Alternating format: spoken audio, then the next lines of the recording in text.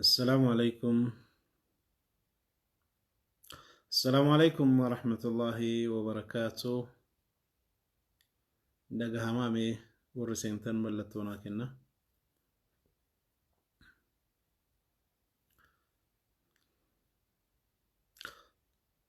بريدة إن شاء الله. ملتونا كنا ورسينتني تقالين دقا هما.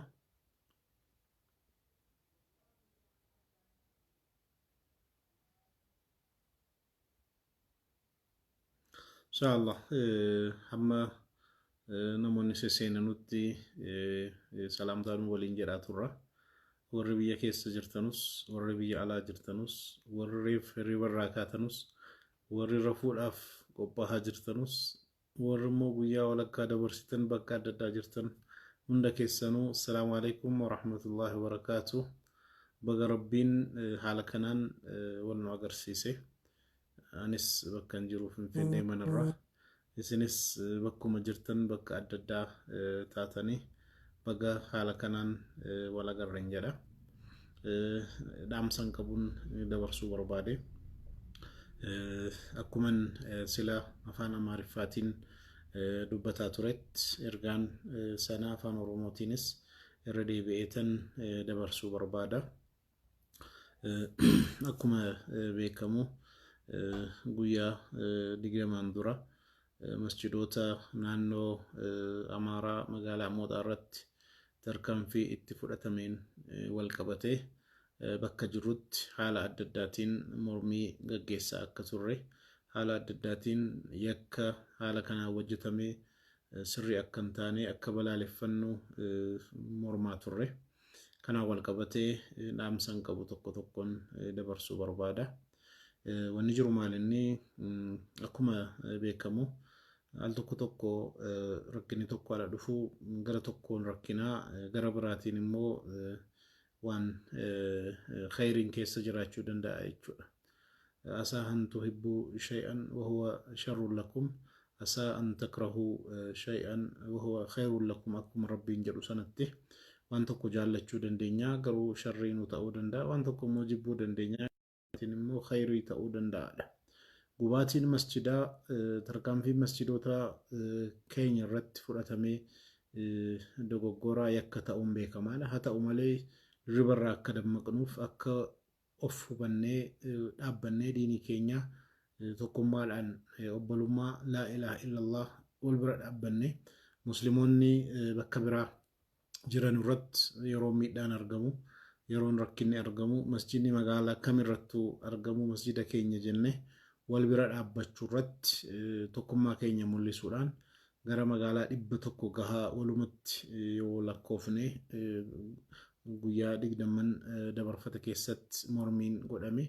kana hunda keessatti muslimni mooxaa jiru qobaasaa miti, muslimni arsii dodolaa jiru, muslimni yaabelloo jiru, muslimni silxee jiru, muslimni affaar jiru, sumaalee jiru obbolummaadhaan wal bira dhaabbatee laa ilaaha illallahdhaan walitti hidhatee walii birmachuun wal bira dhaabbachuun sagalee walii dhageessisuun wal quba qabaachuun barbaachisaa akka ta'e haala kanarraa dammaqnee wal bira dhaabbachuun keenya beekamaadha. kanaan wal qabateen dhaamsa tokko tokko qaba. tokkoffaa haala jiru kana keessatti sochii amma jiru kana keessatti wanni ta'aa jiru kun waa hedduu nu hubachiisee jira. tokkoffaa akka sabaattis akka Itoophiyaa warra jedhuttis siyaasa lammii gaggeessina warra jedhanuttis kallattii hundumaanuu namoonni hamma danda'aniin mirgaaf qabsoofna haala adda addaatiin qabsoofna jedhanii qabsaa'uun jaraa beekamaadha. sun mirga jiraatii ammas namni karaa amanuun mirga isaatii karaa siyaasaatiin qabsaa'uun ni danda'a. haa ta'u malee dubbii diinii keenyaa waan ajandaa masjidoota keenyaa waa'ee diinii keenyaa nu warra islaamaa akka islaamaatti wal dhageenya akka islaamaa diinii keenyaaf yoo nu walii sagalee taanee wal bira dhaabbannee tokko taanee iyyinee waliin qabsoofnee waan gochuu qabu waan nurraa eegamu goone malee akka siyaasaatti warra deeman hundinuu dhibbaan dhibbatti waa'ee rakkina amantaa keenyaa keessa seenanii furmaata nuuf fiduu yookaan kallattii sanaan nuuf qabsaa'uu jennee haalli nuti eegnu kallattii tokko tokko irratti hanqina akka jiru sirriitti arginee jirra. Lammaffaa namoonni hedduun haqaaf qabsoofnaa, dhugaadhaaf qabsoofnaa, walqixxummaadhaaf qabsoofnaa, olaantummaa seeraatiif qabsoofnaa, dimokiraasii biyya kanatti fiduudhaaf qabsoofnaa waa hedduu jedhanii warri dubbataa turan yeroo dabarfate kana keessatti waa hedduu agarree jirra jechuudha. Tokkoffaa irra hedduun jira gaafa rakkinni diinii keenya argame, rakkinni islaamaa argame callisanii ilaaluudhaan miidiyaa qabanuun gabaasuu dhabuurraa kaasee warri kaan immoo dubbii kana dhukkaamsuu yaaluurraa kaasee haala adda addaatiin ala yaalii godhan dhugumaan namoonni waa hedduu bilisummaadhaaf, tokkummaadhaaf, haqaaf, dimokiraasiidhaaf, jijjiiramaaf dhaabbanna warri jedhan hedduun gaafa wanni akkana argamte dhugaadhaaf utuu hin ta'in eenyuuf akka dhaabbatan of akka saaxilaa turan argaa turre. Sagalee musliimoota dhukkaamsuurraan miidiyaa jaraa irratti dabarsuu barbaaduu dhabuurraan haala jarri mul'isaa turan argaa jirra. Miidiyaa muraasa qofatu dubbii keenya gabaasaa ture jechuudha. Kanarraa kan ka'e hariiroon jarri qaban eenyu waliin, eenyuuf akka dhaabbatan, dhugaadhaan eenyu irratti xiyyeeffatanii akka deeman, ajandaan eenyu akka jara laallatu, ajandaan eenyu immoo eenyuun akka hin laallanne haala kanarratti sirriitti hubannee jirra jechuudha. Kanarraa kan ka'e namoota haala kanatti maqaa Itoophiyaa jedhan, maqaa siyaasa adda addaa dhahataa, maqaa saba adda addaa dubbata, bilisummaa, walqixxummaa, dimokiraasii, haqa jedhanii dhugaadhaaf qabsoofna warri jedhan hedduun jira. Eenyuuf akka dhaabbatan, dubbiin masgida akka jaran laallanne, miidhaan muslima irratti gahu akka jaran laallanne, muslima qabeenya jaraa yeroo saamamu akka jara hin laallanne sirriitti nutti mul'isanii jiru jechuudha. Magaalaa dhibba irratti mormiin yeroo godhamu maaltu kana ta'e jedhanii gabaasuudhaaf warri hin barbaanne hedduu arginee jirra miidiyaarra. Akkasumas immoo miidiyaa qabatanii gadi bu'anii bakka rakkinni kun dhalate mooxaas haa ta'u bakka biraas haa ta'u maaltu dhalate jedhanii keessa seenanii kana jedhanii miidiyaa jaraatiif illee gabaasuu irratti dubbiin akkanaa kan musliimoota gaafa ta'u callisanii ilaaluudhaan kaan immoo gaafa hiriirri hin jiru jedhamee kallattii majlisaatiin ala darbe himamu hin jiru jechuudhaaf himuudhaaf akka fiigan gaafa rakkinni argamu immoo callisanii otuun gabaasin eenyu akka dabarfatan miidiyaa mootummaa biyyoolessaa EBC dabalate, miidiyaa faanaa dabalate, miidiyoota kaan warri maqaa adda addaatiin dhaabbatan eenyuuf akka dhaabbatan dubbiin jaraa akka ajandaan keenya ajandaa jaraa akka hin taane sirriitti hubannee jirra jechuudha. Gara biraatiin immoo akka muslimaatti nu biyya kana keessatti rakkinoota keenya hiikuudhaaf, sagalee keenya dhageessisuudhaaf, ajandaa keenya furmaata kennisiisuudhaaf haala jiru kana keessatti nama dhiibbaa ta'uu danda'u ulamootarraa, darasootarraa, hayyoota islaamaarraa, miidiyaa qabnurraa, aktiivistootarraa hammam eessa jirra jennee akka of laallu waan godhutu argame jechuudha. Yoonu akka biyyaatti ajandaa keenya ajandaa biyyaa godhachuu hin dandeenye, sagalee keenya sagalee dhukkaamsuudhaaf warri kan fiigannu yoo sagalee ol aanaa ta'ee rakkina keenya sirriitti dhageessisuu yoo hin dandeenye, miidiyaa jajjabaa kan ummataa ta'e ummanni bira dhaabbatee da'awaa sheeka waraabanii gadhiisuu qofatu hin ta'in gaafa rakkinaa kan rakkina dubbatu, gaafa furmaata barbaadu waan furmaataa dubbatu, gaafa hiriirri muslimaa jiru hiriira muslimaa kan gabaasu, miidiyaa islaamaa irratti xiyyeeffatee, muslima irratti xiyyeeffatee hojjetu dhabuun keenya maal akka ta'e warri qabnu immoo humnaan dadhabaa ta'uu jira. Warri afaan keenyaanis afaan biraatiinis kan islaamaa daddabarsan hanqina akka qaban cimanii dhaabbatanii miila lamaan hojii hojjechuu akka jararaa barbaachisus haalatti agarra jechuudha. Kana qofatu hin ta'in akka biyyaattis miidiyaa biyya irratti akkuma uummanni kaan miidiyaa qabutti waan siyaasaas waan biyyaas laalcha muslimaa bilisummaadhaan kan muslimaa qofatu hin ta'in kan hundaa dabarsuu kan danda'u mainstream miidiyaa dhabaachuun yeroo hundumaa nama biraa kadhachuu irratti yeroo hundumaa nama biraatiin nu gargaaraa nu gabaasaa maaf nu hin gabaasne maaf callistane jennee nama biraa komataa taa'uun akka furmaata hin taane deemsi amma keessa dabarfanne sirriitti nutti mul'isee jira jechuudha. Kanaafuu aktivistoota jajjabaa afaan Amaariffaatiinis afaan Oromootiinis waa'ee diinii jaraa barreessan hedduu barbaanna. Akkasumas immoo hamma danda'aniin hojii jaraa diiniidhaaf hojjechuu irratti xiyyeeffatanii miidiyaa uummata keenya hojjetan akka da'awaattis akka biyyaattis akka barbaannu sirriitti nutti mul'isee jira.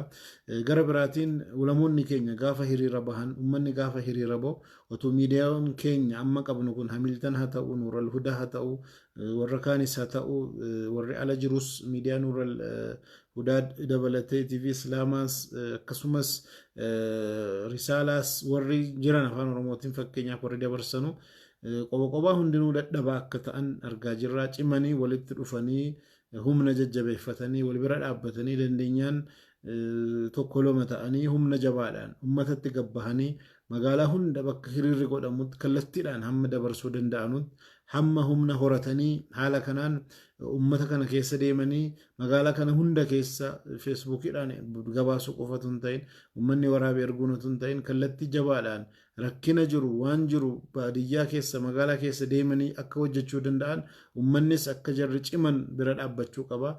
Akka jarri jajjabaatan gochuu qaba. Magaalaa adda addaa irratti bira dhaabbatee humna ta'ee fi kallattii hundumaanuu cimsee yoo waan hojjetu kana haala kanaan hojjetanii bira dhaabbatan sagalee jaraa dhageessisan sheeka qabnu tokko sheeka masjidaa tokko sheeka aanaa tokko ta'urra sheeka addunyaan guutuun laalu hiriira baadiyyaa tokko keessatti waa'ee diiniitii godhamu hiriira addunyaan guutuun laaltu gochuu irratti yoonuu wal jabaannee diinii keenya laa ilaaha illallah jennee kan itti amanne kana obbolummaadhaan yoo mul'ifne malee nama biraa kadhataa nama biraatiin nu gabaasa akkana nu godhaa jedhaa deemuun hin rakkisa. Akka ta'e asirratti barannee jirra jechuudha. Kanaafuu warri biyya keessa jirtanus warri ala jirrus jajjabaachuun akka barbaachisu dhaabota adda addaa warri dargaggoo akka dargaggootti wal ijaaruun akka barbaachisaa ta'e maaf haala amma eeyyamame keessatti jijjiirama amma jiru kana keessatti yoo bicate akka dhaabaatti waa hedduu dhaabuun barbaachisaadha. Waldaa dargaggoo musliimoota Itoophiyaa dargaggoo musliimoota Oromiyaa dubartoota Itoophiyaa kan Oromiyaa akkasumas immoo haala adda addaatiin hayyoota musliimoota jedhanii wal ijaarree ajandaa diinii keenyaa qabnu sheekota qofa irratti utuu dhiisuu otoo hin ta'in majlisa qofa irratti utuu dhiisuu otoo hin ta'in hamma dandeenya wal ijaarree yoo dhaabbannee sagalee keenya sagalee dhageessisuu yoo dandeenya tokkummaadhaan yoo dhaabbachuu hin dandeenye yeroo hundumaa gaafa nu tuqan gaafa rakkinni argame iyyinee gabbaanee morminee gallaa achiin booda gaafa bira hamma jarri nu tuqanutti callifnee rafuu yoo ta'e dubbiin diinii keenya haala kanatti hin deemu. Nama jajjabaa barbaanna nama diinii keenya hojjetu waan jiru kana hubatee sooshaal miidiyaa irrattis haa ta'u feesbuuk haa ta'u yuutuubii haa ta'u mee eenyuun qabna akka islaamaatti namoonni jajjabaan laa ilaaha illallah itti jedhanii amanan karaa kana jannatan ittiin seena jedhanii hojii jaraa xiyyeeffatanii miidiyaa irratti warra hojjetan eenyuun qabna haala kana hunda akka xiyyeeffannaa itti goonee waan nu barbaachisu kana sirreessuun akka qabu barbaachisaadha. Haala kanaan hubanneerra magaalaa jirru hundarratti aanaa jirru hundarratti waan kana irratti mari'annee yoo nu wal ijaarre diinii keenya yoo dhaabbanne masjida keenya tokko taanee dhaabbanne yoo nu eegne malee qilleensa irratti gaafa rakkinaa qofa manaa wal waamnee walitti birmannee iyyinee gallee furmaata fiduu akka hin dandeenye hubachuun barbaachisaadha jechuudha.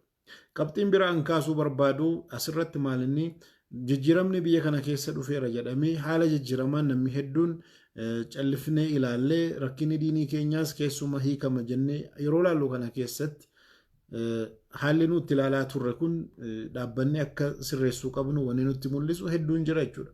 Tokkoffaa yeroo jijjiirama kana keessatti namoota kaayyoo adda addaa qabaniin masjidoota adda addaa irratti tarkaanfiin fudhatamee masjidni hamma 35 gahu gubachuurraa kaasee tarkaanfiin itti fudhatamu gubachuu qofatu hin ta'in tuffatamnee tuffachuu bira darbanii musliimoota miidhaman deebisanii jaruma yakkisiisanii musliimuma akkana godha jedhanii mul'isuudhaaf yaalii godhame yeroo ilaallu hammam akka tuffatamneef hammam jajjabaannee qur'aana rabbii diinii rabbii tokkummaa keenya eegsisuun dhaabbachuun barbaachisaa akka ta'e hundi keenyayyuu haala kanatti hubannee itti deemuun barbaachisaa akka ta'e haala kanatti hubanneerra. Kanaafu akka diiniitti diinii keenya eenyuun dhaabbata? Hundi keenya iyyuu akka siyaasaatti dhuguma ejjennoo adda addaa qabaachuu dandeenya. Saba tokko keessa warra jirru, saba adda addaa keessa warra jirru akka muslimaatti ejjennoo siyaasaa adda addaa qabaachuu dandeenya. Akka muslimaatti ejjennoo siyaasaa tokko haa qabannu jennee dhama'uus rakkachuunis sirrii miti. Namni bilisummaa qabuun waan itti amane dhaabaa ta'u sochii barbaade jala deemuun mirga isaati.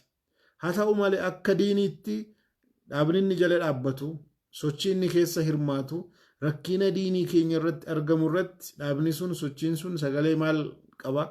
Akkasumas ajandaa rakkinoota keenya hiikuu irratti sagantaa isaa keessa, deemsa isaa keessa maaltu jira jedhanii dhaabbatanii akka laalanu, ajandaa akka godhanu gochuu irratti sirriitti ilaaluun barbaachisaa akka ta'e asirratti hubannaa jechuudha. Jijjiiramni kun akka barbaadetti akka deemu nu gurmoofne tokko taane waa'ee diinii keenya, waa'ee rakkinoota keenya yoo bicate kana wanni nu barbaannu jennee dhageessisuu yoo dandeenye malee callifnee namni biraa nuuf hiika jennee waa hunda eeguun sirrii akka hin taane hubachuun barbaachisaadha jechuudha. Gara biraatiin tokkummaan akka islaamaatti qabnu cimoo akka qabu, tokkummaan akka laa ilaaha illallah namni jedhe islaamummaa keessa arkaan al-islaamii fi arkaan al-iimaaniitti namni amane tokko mazhaba kamuu haa hordofu, magaalaa kamirrattuu haa jiraatu, laa ilaaha illallah hamma jedhetti biyya kam keessattuu haa jiraatu, tokkummaa laa ilaaha illallah jedhu cimsuun barbaachisaa akka ta'e hubannee tokkummaa keenya cimsine diinii keenyaaf tokkummaadhaan dhaabbachuun akka nurraa eegamu hundi keenya iyyuu haala kanatti hubachuun barbaachisaadha kan jedhuun asirrattis ergaa dabarsuu barbaada. Har'allee warri tarkaanfii adda addaa musliimoota irratti fudhachuu barbaadan fakkeenyaaf masjidoota naannoo mooxaa irratti gubatan yoo laalle masjidoota kana gaafa guban masjida suufii, masjida salafii jedhanii hin gubne, hundumaa guban. Hamma garuu beekaa adda adda qooduudhaaf warri kun warra akkasiiti, warri sun warra kanaa jedhanii maqaa adda addaa moggaasanii deebisanii nu qoqqooduudhaaf yaalii godhan yeroo arginu tokkummaa laa ilaaha illallah qabnu cimsinee tokkummaadhaan rakkinni kamuu yoo jiraate tokkummaadhaan wal bira dhaabbanne harka wal bira qabanne wal gorsinee deemuun nurraa akka eegamu haala kanatti ilaaluun barbaachisaadha kan jedhuun dabarsa. Kan biraa bakka tokko irratti lakkoofsi muslimaa bakka xiqqaate irratti rakkinoonni tokko fakkeenyaaf naannoo Amaaraa irratti akkuma amma argametti akkasumas immoo bakka muslimni xiqqaatu magaalaa tokko irratti immoo Oromiyaa dabalatee jechuudha namoonni siyaasa keessa jiran, dhaaba keessa jiran, mootummaa keessa jiran haala adda addaatiin shira dalaganii masjida irratti ta'u uummata irratti waan hojjetamu jiraachuu danda'a. Akka fakkeenyaatti kanan kaasuu barbaadu magaalaa Gincii keessatti masjida waggaa bara Haayila Sillaasee dhumarraa kaasee bara dargii guutuu dabalatee amma hadhaa masjida jirurraa lafa irraa muratanii fudhachuudhaaf yaalii godhamu. Faayila masjidni kun biiroo keessaa qabu balleessanii faayilli nu bira hin jiru jechuudhaan faayila musliimoota harka jiru xalayaa kaartaa masjidaa bahe waggaa kana hunda kanatti tajaajilan har'allee harka jaraa kan jiru kana isinirraa muunree fudhannaa lafti kun lafa masjidaati miti jedhanii yaalii gochuudha. Magaalaa sana irratti muslimni xiqqaatu irraa kan ka'e wanni akkanaa deemaa jira. Wanni kun dhaabbachuu qabaa jedheetan pirezidaantii naannoo Oromiyaa obbo Shimallis Abdiisaattis himeen jira. Namoonni qaamni kun ilaallatu tokko wal bira dhaabbanna utuu jedhamu maqaadhaan utuu haasa'amu kana keessatti akkana shira nama yaadu yoo callifnee ilaalle wanni kun akka sirrii hin taane atattamaan furmaata argachuu akka qabu itti dhaabameen jira. Masjida kana qaamaan obbo Shimallisis qaamaan beeku. Hatta abbaan obbo Shimallis akka namoonni achirraa dhufan natti manitti masjida kana qaamaan illee beeku.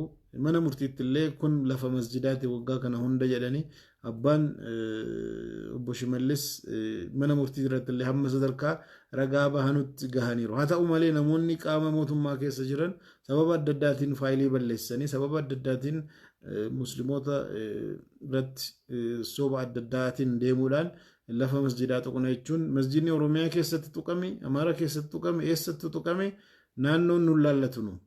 Mirgi musliimoota haa eegamu gaafa jennu yeroo naannoo Amaaraa iyyine yeroo naannoo Oromiyaa waan dhoksinu hin qabnu jechuudha.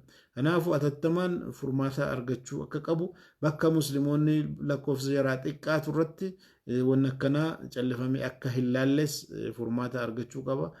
Kan jedhuun asirrattis dhaamsa koo dabarfachuu barbaada. Gara biraatiin akkuma beekamu sochiin amma godhame keessatti rakkinni amma dhalate keessatti lakkoofsi musliimaa bakka xiqqaate irraa kaasee bakka musliimni itti baay'atu irratti naannoo Tigraay irraa, naannoo Amaaraa, Sumaalee irraa, Affaar, Kibba irraa, Oromiyaa, Finfinnee, Dirreedawaa, Hararii bakka adda addaa irratti uummanni hiriira bahee tokkummaa akka qabu siyaasaan adda adda jedhamee yaadamullee sabaan adda adda jedhamee yaadamullee ejjennoo siyaasa adda addaa qabaa hordofaa jedhamee haa yaadamu malee dubbiin rakkinni diinii gaafa dhufe rakkinni masjida tuquu gaafa dhufe tokko ta'uusaa uummanni keenya sirriitti mul'isee jira jechuudha. Kanaafuu warri biyya alaa jirtanus warri biyya keessa jirtanus warri bakka adda addaa haala adda addaa jireenya keessa jirtanus tokkummaa laa ilaaha illallaatiin qabnu akkuma uummanni tokko ta'ee amma mormee wal bira dhaabbateen rakkina mooxaa keessatti dhalate bakka dhibba irratti haala kanaan mormii hiriira gochuudhaan waan dalagame yeroo laallu nus tokkummaa laa ilaaha illallaa qabnu cimsine akka islaama tokko taanee wal bira dhaabbannee socho'uun akka nurraa eegamuu ammas uummanni keenya haala gaariirra akka jiru irra caalammoo akka inni sirraa hojjechuun nurraa barbaachisaa akka ta'e hubanna jechuudha. Gara biraatiin miidiyaa intarnaashinaal irratti fakkeenyaaf hanqina qabnu keessaa magaalota gara 100 ta'an keessatti mormiin godhameera. Haa ta'u malee miidiyaa intarnaashinaal irratti hiriirri biyya alaatti godhame biyya keessatti godhame gabaasuu irratti hanqina guddaan akka jiru argineerra. Waan biyya keessaa maaf alatti baafnaa jedhanii namoonni yaadan jiru. Gara biraatiin wanni kun murteessaadha jedheetan dhaamsa dabarsa. Maaliif yeroo darbe akkuma isin beektan naannoo Sumaalee irratti pirezidaantiin ergasii kan naannoo Sumaalee Abdi illeen rakkina masjidoota siyaasarraa isa kaasuu barbaannaan dhaabin isaa taayitarraa kaasuu barbaannaan sababa sanaatiif deeggarsoota isaa kakaasee beetakiristaana gubuun jaraa hin yaadatama. Yeroo sana keessatti naannoo Sumaalee irratti beetakiristaanni gubatee jira. Naannoo biraa irrattis bakka tokko tokko irratti rakkinni akka dhalates dhageenye jira. Akka musliimaatti nu masjida haa ta'u beetakiristaana haa ta'u mana amantaa kamii haa ta'u mirgi isaa kabajamee hundinuu jiraachuu qaba jennee yaadna. Haala kana keessatti wanni dhalate irra guddaa akkuma isin beektan siyaasaan wal qabata. Haa ta'u malee warri ala jiranuu dhaaba adda addaa intarnaashinaal dhaaba gamtaa Awurooppaa irraa kaasee imbaasii biyya adda addaa irraa kaasee biyya Ameerikaa seenaatoroota adda addaa biratti musliimoonni beetakiristaana gubanii jedhanii bakka tokko tokko irratti beetakiristaana 74 musliimoonni gubanii jedhanii odeeffannoo sobaa sadarkaa kennan bira gahamee jira jechuudha.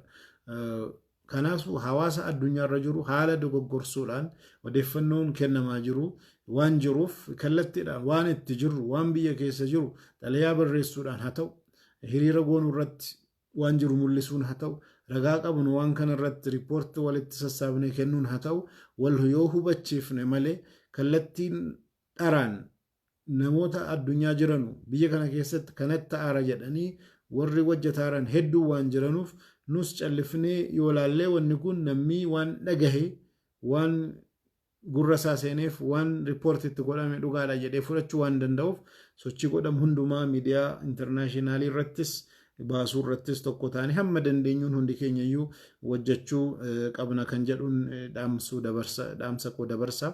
Gara biraatiin ربين قرآن الرت ولتكن منكم أمة يدعون إلى الخير ويأمرون بالمعروف وينهون عن المنكر أولئك هم المفلحون أكجدتي إسن كيسا نمي يروسا قوتو إتشور حالا يروتين إبسا ميجرا وندكين يجو من رأى منكم منكرا فليغيره بيده فإن لم يستطيع فبلسانه فإن لم يستطيع فبقلبه ذلك ضعف الإيمان جلمير نمي دوغو غورتوكو يكتوكو waan haraama ta'e tokko arge ijaan arguudha waan kana harkaan hadhaabsisu yoo dadhabe arrabaan waan kana hadhaabsisu hajijjiru yoo dadhabe qalbiin hajibbu jedhamee sadarkaa nutti himameeti jira jechuudha. Nama hunda irratti dirqama. Haa ta'u malee asirratti namoonni yeroo jaraa guutuu laa ilaaha illallah dhaaf hojjechuudhaaf yeroo jaraa kennanii da'awaatti bobba'anii hojii hojjetan haa jiraatanuu kan jedhutti hiikamee jira jechuudha. Kanarraa kan ka'e hamma dandeenyeen diinii keenya namoota hojjetan aktivistii yeroo guutuu isaa diiniidhaan hojjetu barbaanna. Namoota miidiyaa islaamaa irratti dandeettii qaban hojjetan barbaanna. Namoota miidiyaa biyya keenya jiru keessattis haa ta'u dhuunfaadhaanis waan magaalaa jaraa irratti ta'an, waan aanaa adda addaa irratti ta'an, waan jiru gabaasanii dabarsuu irratti, da'awaa irratti ulamoota qabnu, sheekota qabnu hamma danda'aniin baratanii cimanii diinii keenya nuun gahaniiru. Amma immoo kan jiru nu jechuudha.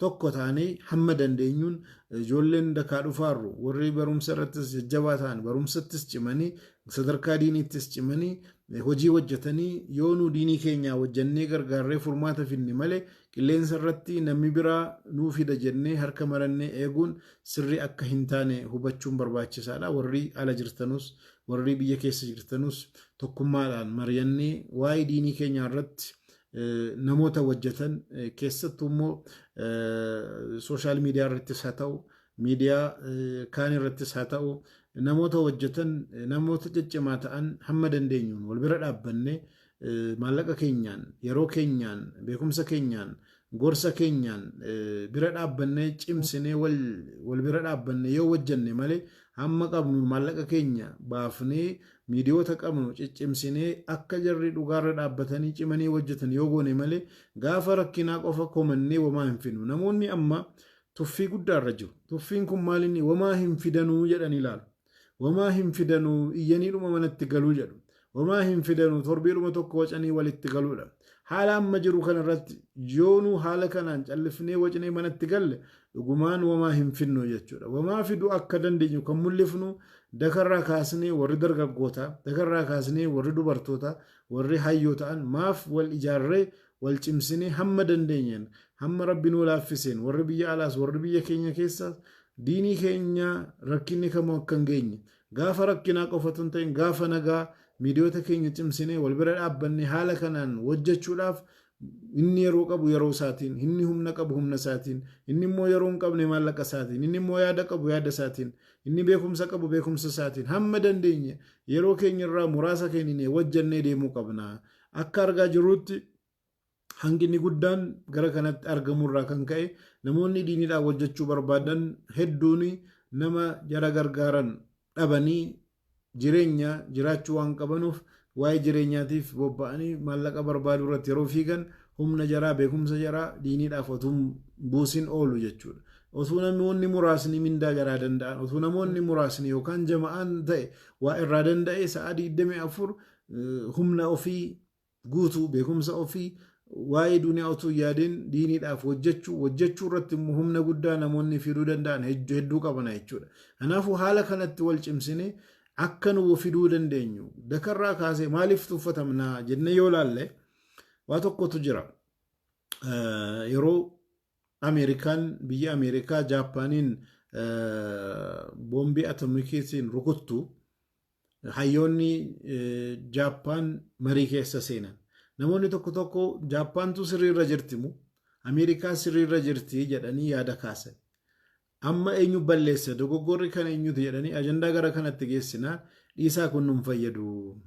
Wanni nu fayyadu waan nu cimsu ta'uu qaba jedhanii gaaffii 3 kaasanii jechuudha.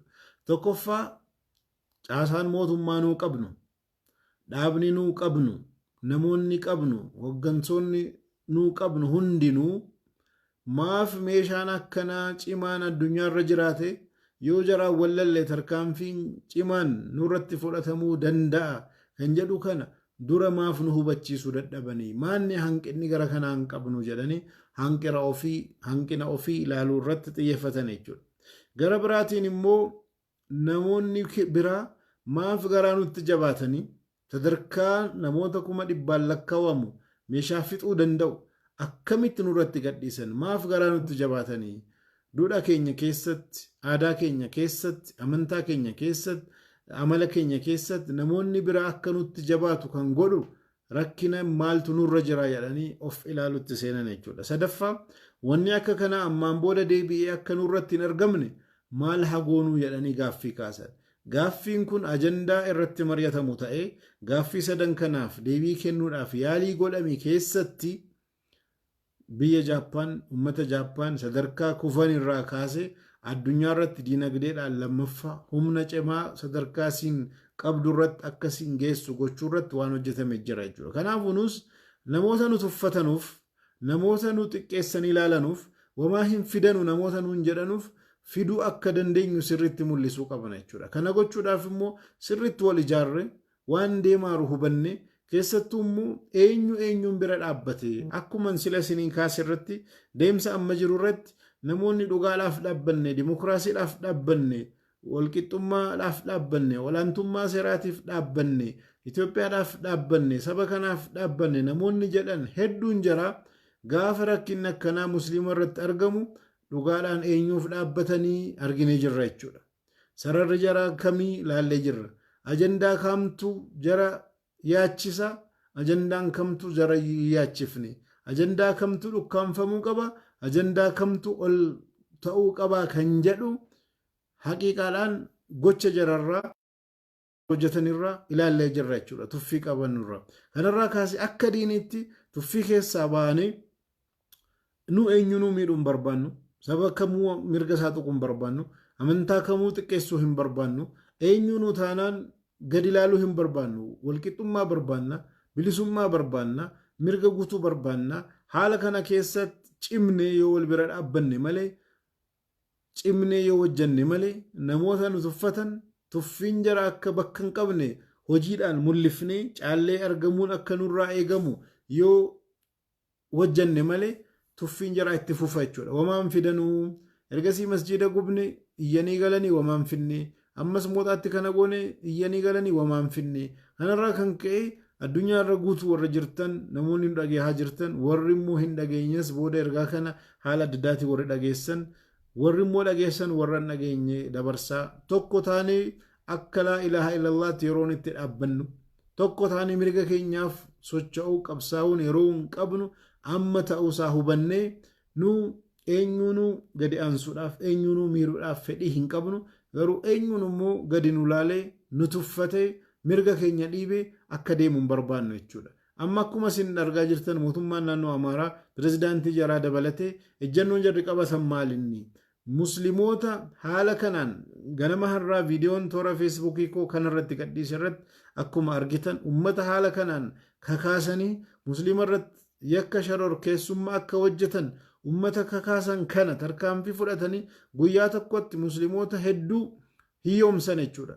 Maallaqa miliyoona 100 lakkaawwamu haala kanatti irraa saamanii gubanii masjiida haala kanaan xiqqeessanii kana hunda godhatanii kana caala immoo kan nama aarsu maalinni rakkinni kun yeroo dhalatu yeruma rakkinni kun dhalatu Ustaaz Abubakar Ahmed bilbilee obbo Dammaqa Makonnitti waan kana dhaabsisaa jedhe himir. Diyaaqoon Daani'el Kibratitti bilbilee waan kana dhaabsisaa. Itti gaafatama nageenya naannoo Amaaraatti bilbilee dhaabsisaa. Wanni kun otuu masjidni hin gubatin otuu saamichi musliimotaa hin jalqabame reefuma ala jalqabuu deemu jechuudha. Namni tokkollee kana dhaabsisuu hin dandeenye jechuudha. Kanaafuu ammas mootummaatu mirga keenya eegaa akkasumas callifnee yoo laalle ammas amantaa walitti buusuudhaaf beetakiristaana gubuu danda'u, masjida gubuu danda'u. Gaafa sana beetakiristaanni gubannaan musliimoota godhanidha. Masjidni gubannaan kiristaanota godhani jechuudhaan amantaadhaan walitti nu buusuu warri barbaaduuf karaa akka hin banne magaalaa jiru hunda keessatti magaalaa baadiyyaa dabalatee tokko taanee cimnee wal ijaarree masjidota keenya eeguun tokkummaa keenya eeguun sheekota keenya eeguun namoota qabnu wajjiniin ulamoota keenya wal dhagahaa cimnee haala kanaan dhaabbachuun barbaachisaa akka ta'e asirratti hubachuun barbaachisaadha. Dhaamsa kanan dabarsaa gara biraatiif immoo ammaan booda tarkaanfiin kallattiin itti deemnu maalii kan jedhu namoonni hedduun gaaffii kaasaa jirtu jechuudha. Dhuguma rakkinni mooxaa kun ammallee furmaata hin arganne. Haa ta'u malee haala adda addaatiin ammaan booda yoo callifne ilaalle irra caalaa miidhaan akka jiru hubachuudhaan furmaata amma argannutti amma wanni kun sirraahutti karaatti deemuu qabnuun hin deemna. Akkasumas immoo barbaachisaa taanaan torbii dhufurraa kaasee haala barbaachisaa ta'een sadarkaa biyyoolessaa irratti mormiin godhamuun barbaachisaa ta'e yoo koreen arge waamichas gochuu danda'a. Akkasumas immoo hojii adda addaatiin cimnee dhaabbannee waan nurraa eegamu gochuu wanni nu barbaachisu hedduu jira. Mormuu qofas miti wal ijaarree miidiyaa nu dhabnee namoonni biraa ittiin ajandaa keenya dhukkaamsan ol baanee miidiyaa afaan hundaan addunyaadhaaf dabarsu qabaachuu irratti.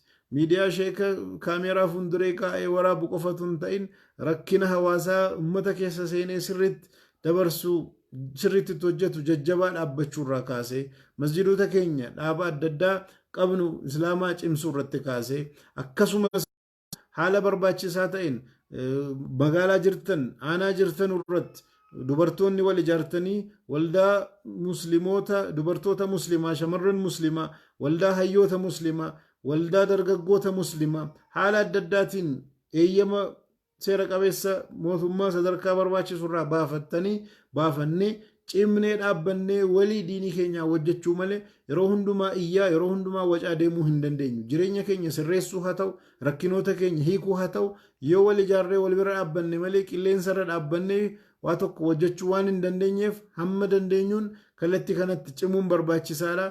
Ajandaa keenya waa'ee mirga keenya waa'ee diinii keenya mootummaa dabalatee eenyuun akka nu murteessu eeyyamuun nurraan eegamu jechuudha. Waan diinii keenya akka muslimaatti numatu murteeffata numatu abbaatti ta'a jechuudha. Kallattii kanarratti sirriitti hubachuun barbaachisaadha. Kanaafuu kana gochuudhaaf yoo mirgi keenya tuqame wamaan fiddanu jedhanii namoota nu tuffatanuuf maal fiduu akka dandeenyu yoo filannoo hin qabaanne yoo humna hin qabaanne yoo kallattii adda addaatiin dhaabas haa ta'u miidiyaas haa ta'u maalis yoo hin qabaanne dhugumaan wamaan finnu jechuudha. Nama dhuunfaa taanee wamaa fiduu hin dandeenyu jechuudha. Kana hubannee cimnee dhaabbachuu qabna. Magaalaa jirtan aanaa jirtan bakka adda addaa jirtan irratti miidiyoota keenya bira dhaabbattanii akka cimsitan akka jajjabeessitan ulamoota qabdan akka itti bahanii dubbatan gaafa hiriirri jirus sochiin adda addaa jirus akka gabaasan akka jarri humna godhatanii waan barbaachisaa ta'e hojjetan ciminee wal bira barbaachisaadha. Haala kanaan yoo cimnee dhaabbanne malee rakkina amma jiruuf rakkina ammaan booda dhufu keessaa bahuun baay'ee rakkisaadha. Maaliif kallattiin laalchi keessattuu naannoo Amaaraa irratti argamee jiru islaama akka xalaataatti ilaalanii deemuun amaarummaa jedhamee eenyummaa amaarummaa jedhamee hiikamu keessatti muslima xiqqeessuuf gadi fuudhanii ilaaluun yookaan immoo akka nama biyya alaatii dhufetti ilaaluun xiqqeessanii ilaaluun hawaasa keessatti amantaaf siyaasni wallaaqatee hawaasa keessatti bakka adda addaa keessatti mana amantaa keessatti viidiyoo mul'isuudhaan uummata kakaasuudhaan hojiin hojjetamaa jiru ammas kana caalaa badii fiduu akka danda'u asirratti ergaa koo dabarsaa. Nus kallattii jirrutti of eeguun jajjabaachuun wal cimsuun barbaachisaadha. Diinii keenyaaf ammaan booda nabiyyiin hin ergamu. Diinii keenyaaf numatu jira. Abbaan diinii keenya nuhi. Kanaafuu wal dhageenyee tokko taanee cimnee dhaabbachuun barbaachisaadha kan jedhuun ergaa koo dabarsaa. Kallattii hundumaanuu jajjabaadhaa wal quba haa qabaannu wal haa cimsinu wal haa gargaarru. Inshaallah rabbis nu gargaara. Furmaata hamma argannutti waan barbaachisaa ta'een diinii keenya hojjechuu irratti abbaatti taanee deemuu qabna. Waan na dhageeffattaniif galatooma. Salaamu alaikum wa rahmatullahi wa barakaatuh.